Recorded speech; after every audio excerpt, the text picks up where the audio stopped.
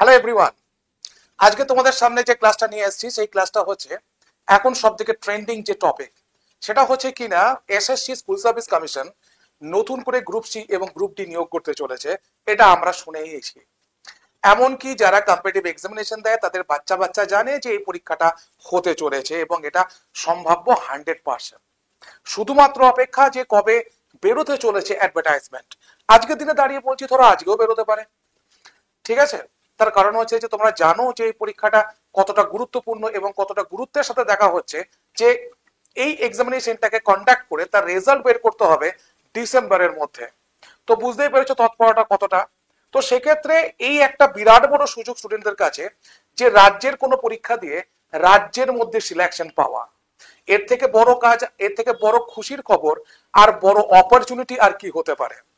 তো সেই অপরচুনিটিটাকে নিতে গেলে আমাদেরকে তো প্রিপারেশনটাকে ঠিকঠাক নিতে হবে। তো এই প্রিপারেশন বলতে কি জিনিস? হ্যাপাজার্ড পড়াশোনা করা, সিলেবাস না দেখে পড়াশোনা করা, বা এইগুলোকে দেখে পড়াশোনা করা। এই সবের মধ্যে যেটা মূল কথা সেটা হচ্ছে যেদিন অ্যাড বেরোবে বা কবে অ্যাড বেরোবে সেটার থেকে বড় কথা হচ্ছে পরীক্ষা খুব তাড়াতাড়ি হবে। তাহলে পরীক্ষা যদি আমাদেরকে তাড়াতাড়ি দিতে হয় তাহলে তার একটা প্রিপারেশন তো ঠিকঠাক করে করতে হবে এবং সেই পরীক্ষাটার আগে পর্যন্ত আমি যাতে আমার প্রিপারেশনটাকে ঠিক রাখতে পারি সেই জায়গাটাকে আমাকে বুঝতে হবে। এবার 2 নম্বর কথায় আসি। 2 নম্বর কথাটা হলো এটা যে দেখো, যারা সেন্ট্রালের জন্য যারা চেষ্টা করছিল তারা এই পরীক্ষাটা ছেড়ে দেবে এটা বলা ভুল বা এটা ভাবা ভুল। তারাও তো এই পরীক্ষাটা দেবে, তাহলে তাদের সঙ্গে আমাকে কম্পিট করতে হবে। তো এমন ভাবে আমি নিজেকে শুরু করি না কেন যে আমি যেন তাদেরকে টক্কর দিতে পারি। আমার প্রিপারেশনটা যেন এমন জায়গায় যায় যাতে 60-এর মধ্যে আমার 55-এর ঘরে নাম্বার থাকে, অর্থাৎ 51, 52, 55-এর মধ্যে। তো এই সমস্ত নিয়ে আজকের এই ভিডিওটা, যেখানে তোমাদের প্রিপারেশনটাকে হাইয়েস্ট জায়গায় নিয়ে যাবার চেষ্টা শুধুমাত্র এর তাড়নায়।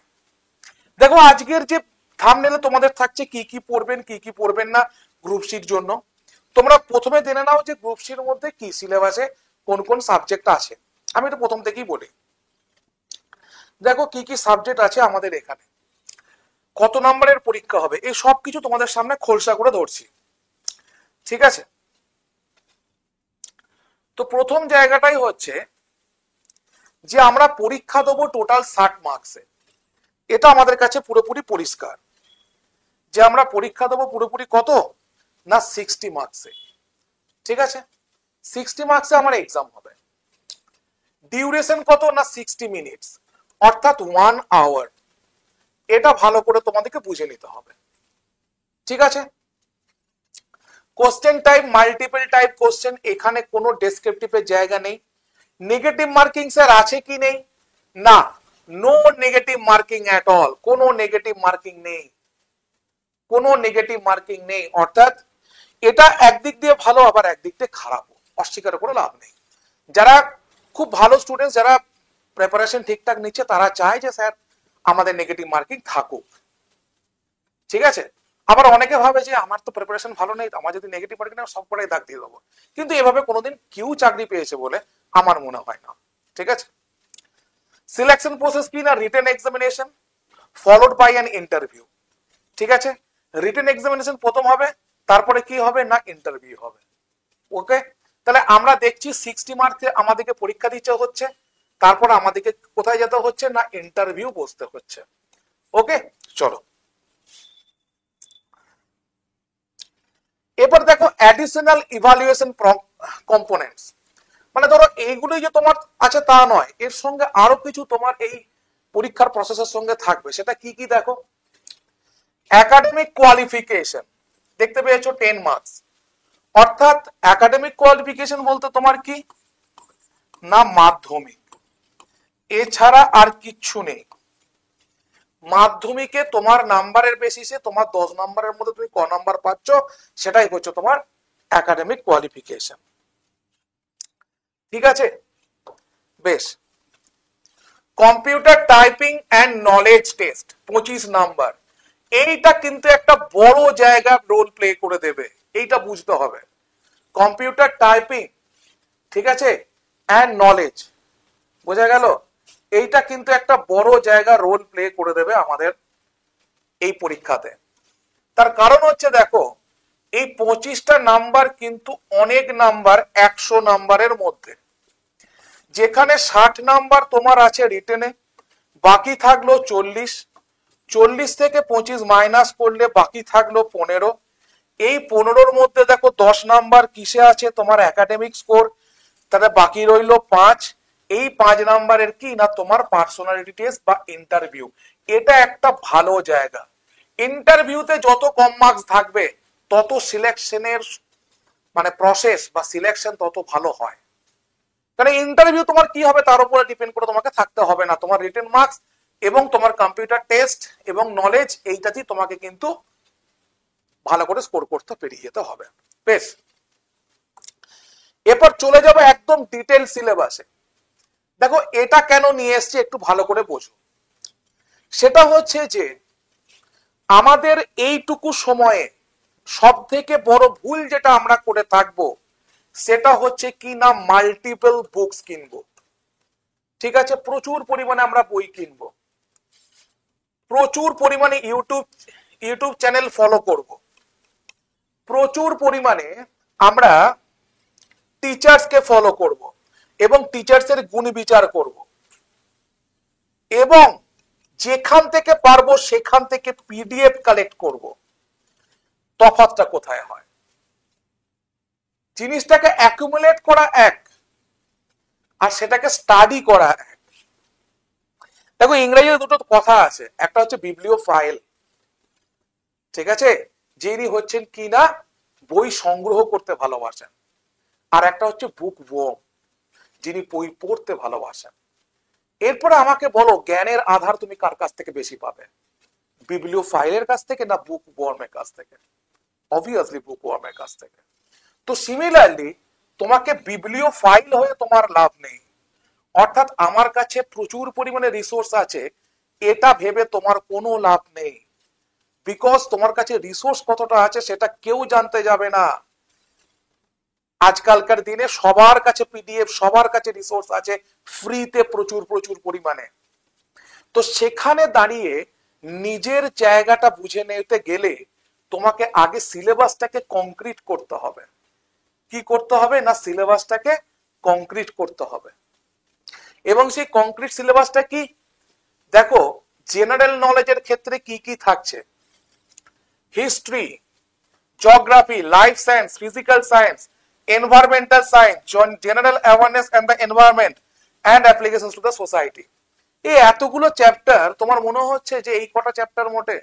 এগুলো এক একটা বই, হিস্ট্রি একটা বই, জিওগ্রাফি একটা বই, লাইফ সায়েন্স একটা বই, ফিজিক্যাল সায়েন্স একটা বই।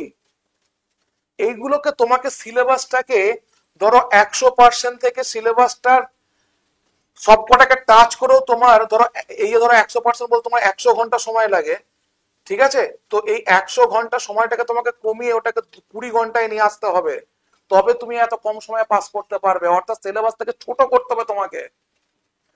যে আমি ডিটেলে পড়ে যাব হিস্ট্রির এক একটা জায়গা, গুপ্ত যুগ, ঠিক আছে, তারপর ইসলামী যুগ, তারপর হচ্ছে তোমার মোগল যুগ, এগুলোকে আমি ডিটেলে পড়ে যাব, তাহলে তোমার শুধুমাত্র এইটুকুই তো কমপ্লিট হয়ে থাকবে, তুমি তো বাকি কিছুই করতে পারবে না।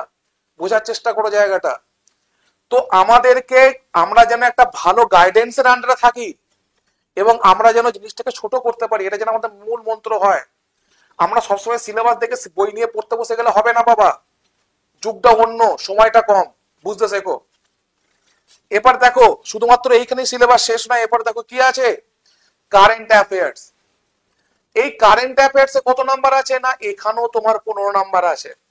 এবার কারেন্ট অ্যাফেয়ার্স থেকে অনেকে নেগলিজেন্সির সঙ্গে দেখে, কারেন্ট অ্যাফেয়ার্স আর কি আসবে, এই কটা পয়েন্ট থেকে যত কিছু আছে সব পড়ে যাবে। Sports, literature, culture, economics, politics, ঠিক আছে, Indian constitution, national and international event, এগুলো সব ভালো করে দেখে যাবে। এইগুলো না দেখে গেলে প্রবলেমে পড়বে, একদম চ্যালেঞ্জ দিয়ে বললাম তোমায়, এইগুলো না দেখে গেলে পুরো প্রবলেমে পড়বে, ঠিক আছে?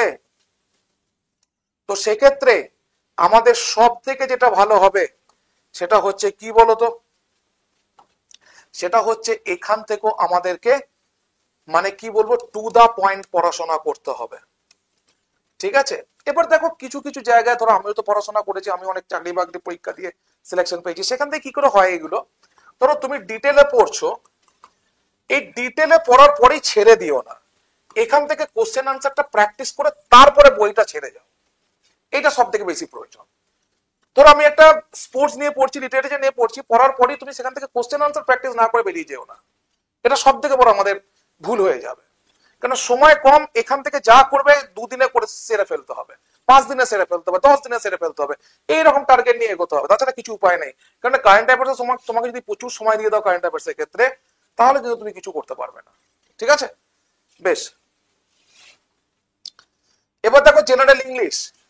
তুমি কি ভাবছো জেনারেল ইংলিশের ক্ষেত্রে ভোকাবুলারি আছে, গ্রামার আছে, মানে ব্যাস আর কিছু না? এই গ্রামারটা কত বড় জায়গা বলতো, দেখবে তোমাদেরকে দেখবে একটা প্রিভিয়াস ইয়ার কোর্সেস করেছে, সেখানে গ্রামারের ভার্ব থেকে কতগুলো জায়গাকে টাচ করেছে। তো এইগুলো নিয়ে চিন্তা নেই, এইগুলো আমি ঠিক করিয়ে দেবো, ঠিক আছে। বা ওইগুলো আমাদের প্রফেশনাল একদম এক্সপিরিয়েন্স টিচার তারাও করিয়ে দেবেন। কিন্তু ব্যাপার হচ্ছে তোমরা যদি নিজেরা নিজেরা পড়তে যাও, তাহলে আমি তোমাদেরকে বলবো গ্রামার থেকে ভার্বটা ভালো করে দেখে যাবে, টেন্সটা ভালো করে দেখে যাবে, কনজাংশন থেকেও প্রশ্ন এসেছিল আগের বারে, প্রেপজিশন থেকে এসেছিল, ঠিক আছে। এটা হচ্ছে গ্রামার। আর ভোক্যাবস এর ক্ষেত্রে আলাদা করে সিনোনিম, অ্যান্টোনিম এগুলো আর বইপত্র খুলে বসো না, এগুলো প্র্যাকটিস সেটের মাধ্যম দিয়ে যেটুকু পাবে সেইটুকুই করো। আমি একদম অথেন্টিক কথাবার্তা বলছি, এতটুকু মানে তোমাদেরকে মানে কি বলবো, অ্যাজ এ ভালো কম্পিউটার তৈরি করার জন্য কথাটা বলছি, এতটুকু এর মধ্যে কোনো নেগেটিভ কথাবার্তা নেই, ঠিক আছে। যতটা প্র্যাকটিস সেকশনের মাধ্যমে পারো ততটা ভোক্যাব শেষ করো, কেন নতুন করে ভোক্যাব পড়ে সেগুলোকে মুখস্থ করার বা দিন নেই, ঠিক আছে। ওইসব দিন যখন সিলেবাস কম ছিল তখন ছিল। যাই হোক, সিনো অ্যান্ড টু articles, error correction, phrasal verb, collective nouns, এগুলো সবই থাকবে তোমাদের, যেগুলো এসেছিল সেগুলোকে তোমাদের সামনে তুলে ধরেছি। তাহলে বাকি থাকলো এরিথমেটিক বা ম্যাথ।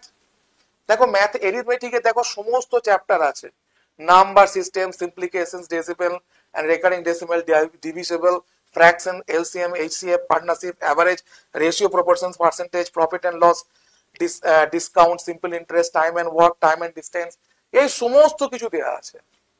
তাহলে আমাদের মনে হচ্ছে 60 নাম্বারস এর পরীক্ষা, সমস্যাটা কোথায় হয় দেখো, এই ডাব্লিউবিপি তে ইংলিশ 10 নাম্বার, আগে ছিল কত না 25 নাম্বার। তো নাম্বারটা কমেছে, সিলেবাসটাকে কমিয়েছে? নাম্বারটা কমিয়েছে, সিলেবাসটাকে কমিয়েছে না, মুশকিল তো এইখানে। আবার ধরো এখানে অন্য জায়গায় ধরো তোমার 25টা প্রশ্ন থাকে ইংরাজিতে, এখানে কটা প্রশ্ন থাকছে না 15টা। তো এখানে সিলেবাসটা তো কম হচ্ছে না, সেম সিলেবাসের উপর কম প্রশ্ন, সেটা তোমার কাছে চাপ বেশি, এটা বুঝতে হবে, বোঝা গেছে। তাই আমি বলবো একদম পরিষ্কার পরিচ্ছন্ন প্রথম থেকে পড়াশোনা চাই, সিলেবাস একদম ক্লিয়ার কাট ভাগ করে নাও, সেখান থেকে সিলেবাসটাকে কনসাইজ করে পড়তে শুরু করো, সংক্ষেপে জিনিসটাকে তোমাকে কনসেপ্ট ছেড়ে সেখান থেকে প্রচুর পরিমাণে কোশ্চেন আনসার প্র্যাকটিস করে যেতে হবে। তার ফলে কি হবে, এত বেশি কোশ্চেন আনসার প্র্যাকটিস করে যাও যাতে যে কোনো কোশ্চেন তোমার কাছে কনসেপ্টটা অন্তত কমন লাগে, ঠিক আছে। এটাই হচ্ছে সব থেকে বেস্ট ওয়ে। দেখো যার জন্য আমরা তোমাদের সামনে নিয়ে চলে এসেছি যে এই যে WBSSC গ্রুপ সি এবং গ্রুপ ডির একটা ব্যাচ, যেখানে 969 টাকায় পেয়ে যাচ্ছ 12 মাসের জন্য তোমরা, ঠিক আছে। এই 969 টাকা তোমরা ফুল কোর্স পাচ্ছ, যেখানে সমস্ত সাবজেক্ট তোমরা পেয়ে যাবে। এটা নিতে গেলে তুমি কোড অ্যাপ্লাই করতে পারো GOUTAM, অথবা আমাকে কল করতে পারো 9476485711, ঠিক আছে। এবার একটা জিনিস তোমাদেরকে বলে দিই, টিচার ছাড়া এক একটা সাবজেক্টের এক একটা চ্যাপ্টার তারা এতটা ডিটেলে জানে এবং তারা বোঝে যে কোনখান থেকে আমি পড়ালে এই সেকশনটা বা এই পরীক্ষাটা বের করতে পারবো। অতএব আমি বারবার বলছি কোর্স হচ্ছে সব থেকে বেটার অপশন, ঠিক আছে। এবং দেখো আপার প্রাইমারিও আমাদের একটা কোর্স আছে, যারা এর সঙ্গে আপার প্রাইমারি প্রিপারেশন নিচ্ছ তারাও এই কোর্স নিতে পারো 1369 টাকা দিয়ে, ঠিক আছে। তো আজকের ক্লাসটা আশা করি তোমাদের কাছে খুব ফ্রুটফুল। আজকের ভিডিও তোমাদের কাছে একটা চ্যালেঞ্জিং, একটা বিশাল বড় ফ্রুটফুল একটা ভিডিও, যেখানে আমি সমস্ত কিছু তোমাদেরকে বললাম এবং সেখানে যেগুলো তোমাদের অসুবিধা হতে পারে, যেগুলো সুবিধা হতে পারে, সেই সবকিছু নিয়ে আলোচনা করলাম। আরো একটা ক্লাস নিয়ে আসবো যে কি কি করবে না, এটা সব থেকে বেশি প্রয়োজন। সবাই তো নিয়ে আসে কি কি করবে, আমি নিয়ে আসবো কি কি করবে না, যেটা তোমার লাইফ বদলে দিতে পারে। চলো ক্লাসটা লাইক এন্ড শেয়ার করবো অবশ্যই। আর thank you so much for watching the session. Those students who have already been watched the sessions, I just really thankful to them because this class will definitely be useful or successful, make you successful for you. Okay, so thank you so much. Chalo, tata.